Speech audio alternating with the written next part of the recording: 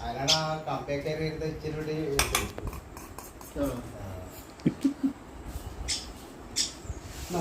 തേറ്റ് കൊടുക്കുമ്പോൾ മറിഞ്ഞു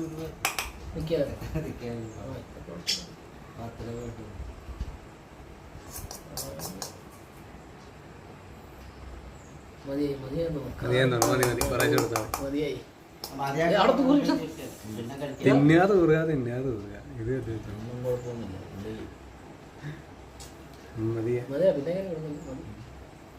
ഒരു അരമണിക്കൂർ പോലും വേണ്ട. അടുത്ത കാറ് തുടങ്ങും പുള്ളി. വെട്ടിലത് കിട്ടാനും ആ വെട്ടിലൊന്നും ഇല്ല പണ്ടത്തെ ടാങ്കിനകത്തോട്ടായിരുന്നു അയാൾ കൊടുത്തായിരുന്നു